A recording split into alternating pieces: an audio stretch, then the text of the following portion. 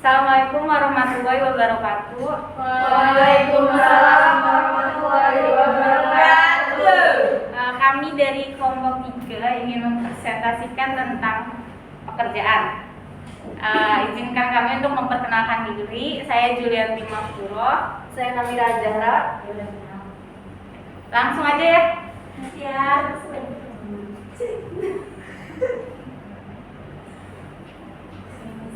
Itu mas dulu ya. Coba sih matiin lampunya.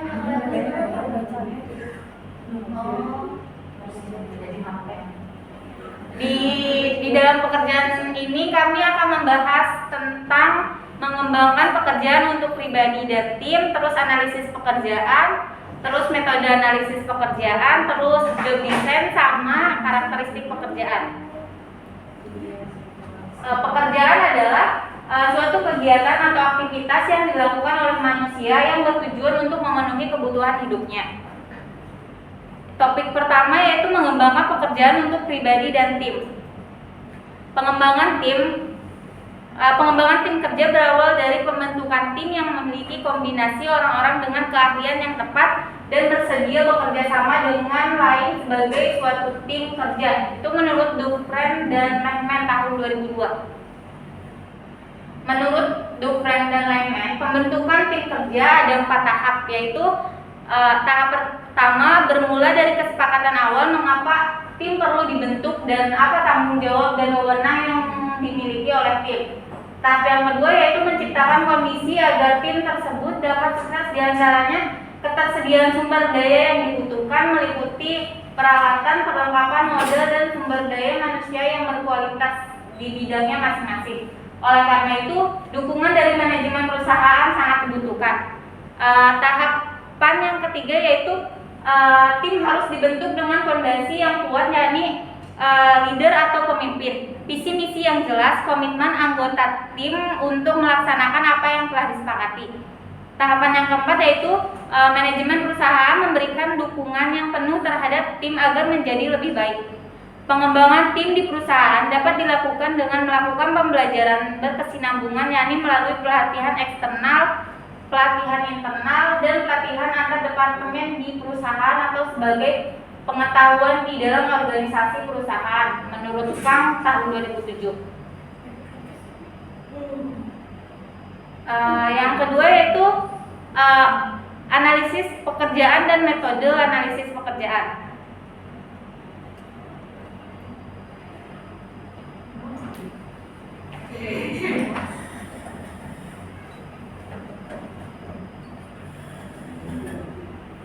Analisis pekerjaan merupakan sumber daya manusia menurut Filippo tahun 1994.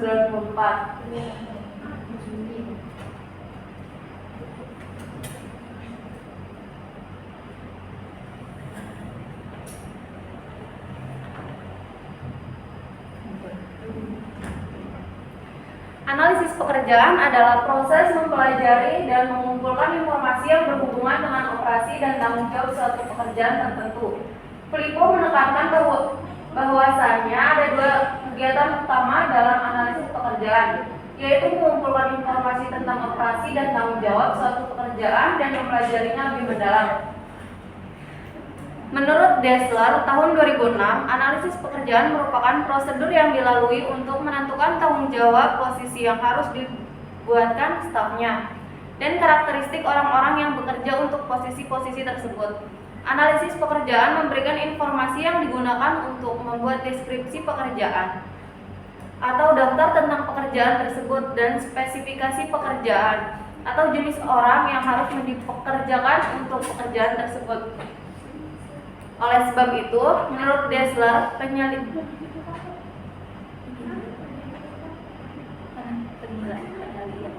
penyelia atau spesialis dalam sumber manusia biasanya mengumpulkan beberapa informasi berikut melalui analisis pekerjaan. Yang pertama, aktivitas pekerjaan. Yang kedua, perilaku manusia. Yang ketiga, mesin, peralatan, dan bantuan pekerjaan. Yang keempat, standar prestasi. Yang kelima, konteks pekerjaan. Dan yang keenam, persyaratan manusia. Tujuan dan kegunaan analisis pekerjaan. Menurut Ivan Cevic, ET, al. tahun 2005 menyatakan bahwa tujuan dari analisis pekerjaan adalah untuk menyediakan deskripsi objektif dan pekerjaan itu sendiri. Tujuannya yaitu memperoleh tenaga kerja pada posisi yang tepat, memberikan kepuasan pada diri tenaga kerja, menciptakan iklim dan kondisi serta yang kondusif. Menurut Sastra Hadiwiryo.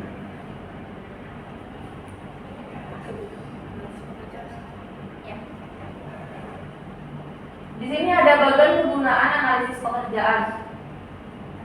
Yang pertama, deskripsi pekerjaan dan spesifik pekerjaan. Dibagi menjadi 4, yaitu yang pertama perekrutan dan penyeleksian, yang kedua penilaian prestasi, yang ketiga evaluasi pekerjaan, keputusan upah dan gaji atau kompensasi, yang terakhir pelatihan yang dibutuhkan.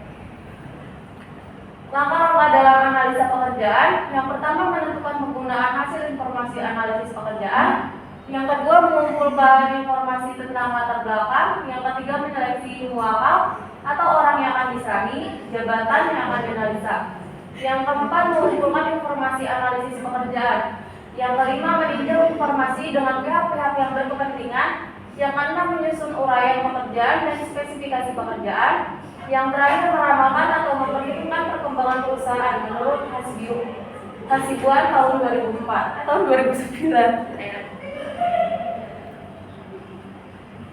Metode analisis pekerjaan. Yang pertama metode wawancara, yang kedua metode angka, yang ketiga metode observasi, yang keempat metode catatan atau diary, yang kelima metode kombinasi. Yang ketiga di sini ada job design sama karakteristik pekerjaan. Job design atau desain pekerjaan adalah mengorganisasi pekerjaan menjadi tugas-tugas yang dituntut untuk melakukan pekerjaan tertentu menurut Kasuan tahun 2012.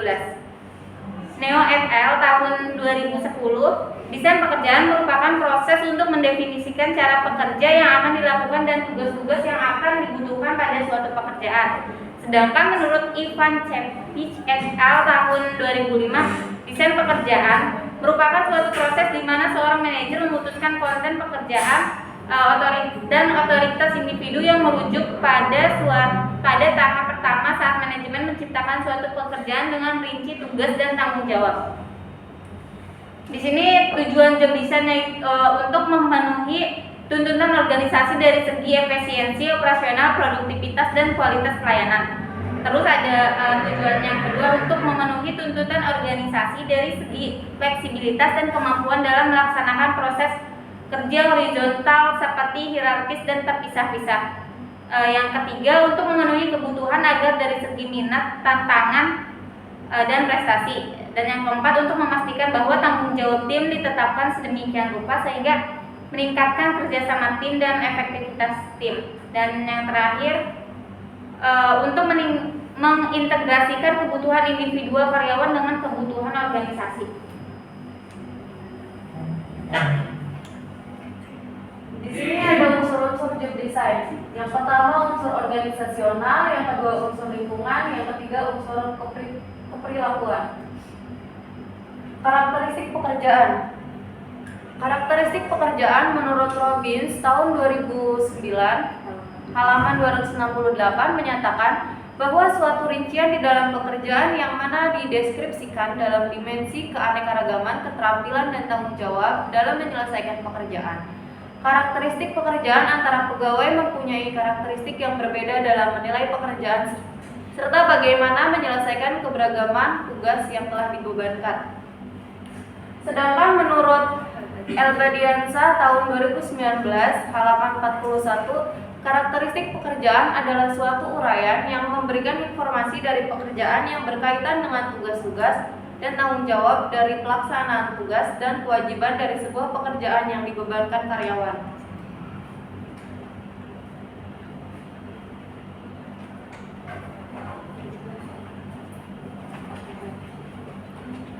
Tujuan dari karakteristik yaitu memberikan deskripsi kepada semua karyawan mengenai jenis-jenis pekerjaan dan tugas-tugas pekerjaan yang harus dilakukan. Yang kedua itu mempermudah perusahaan memberikan job description kepada semua karyawan sehingga dapat memilih karyawan yang benar-benar sesuai dengan keahliannya. Dan yang ketiga, memotivasi kerja karyawan dan merangsang karyawan untuk berkompetisi secara positif dalam lingkungan kerjanya karena dalam karakteristik pekerjaan terdapat target-target yang harus dicapai karyawan.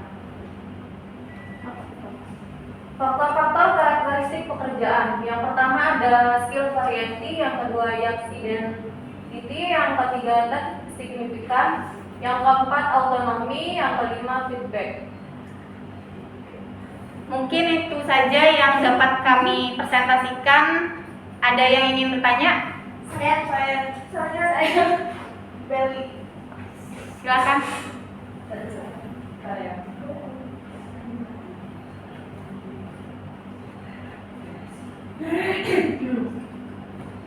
Izin bertanya, nama saya Beli Febriati.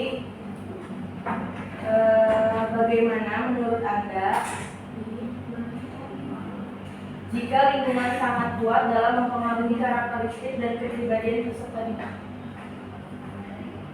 Oke. Selanjutnya, Uzli. Perkenalkan, nama saya Uzli. Di sini saya ingin bertanya, mengapa karyawan di suatu perusahaan memiliki karakteristik yang berbeda? mengapa karyawan di setiap perusahaan mempunyai karakteristik yang berbeda? Ya. Ada lagi? Ya.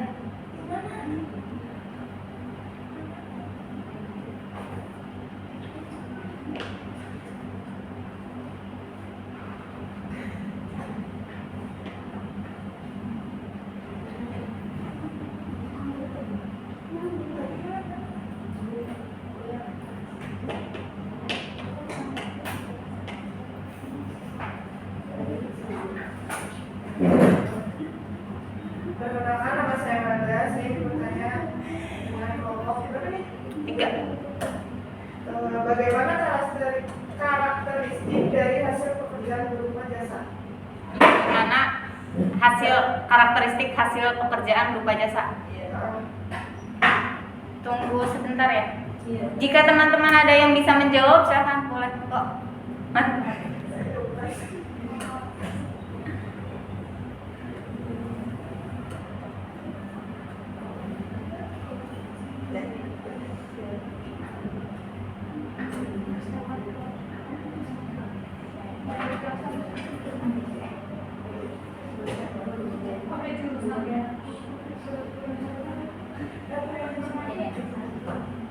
Di sini saya akan menjawab pertanyaan dari Uzli. Iya. Tadi pertanyaannya, mengapa karyawan di suatu perusahaan memiliki karakteristik yang berbeda ya? Iya. Menurut Hayati dan kawan-kawan tahun 2018 menyampaikan bahwa setiap pegawai mempunyai karakteristik yang berbeda-beda yang disebabkan oleh beberapa hal, misalnya latar belakang, sikap, kemampuan, minat, dan faktor lainnya dari pegawai itu sendiri. Keberagaman perilaku tersebut akan mempengaruhi jalannya organisasi. Cukup. Kasih.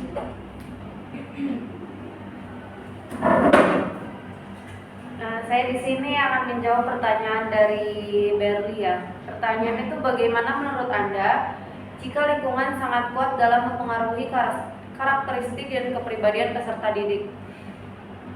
Lingkungan pergaulan seorang peserta didik sangat berpengaruh terhadap sikap atau kepribadiannya. Jika bergaul dengan lingkungan atau orang-orang yang baik, maka kepribadiannya juga ikut menjadi baik dan melakukan hal-hal yang baik. Jadi itu menurut pendapat saya.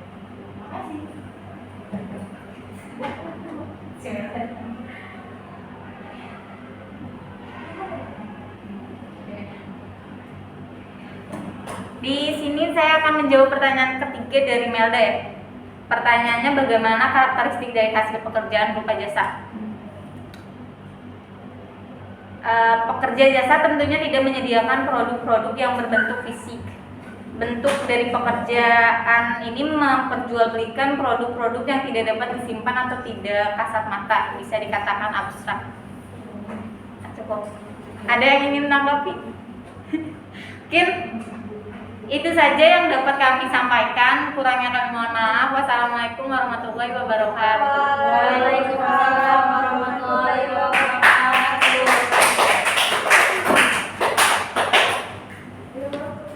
kasih.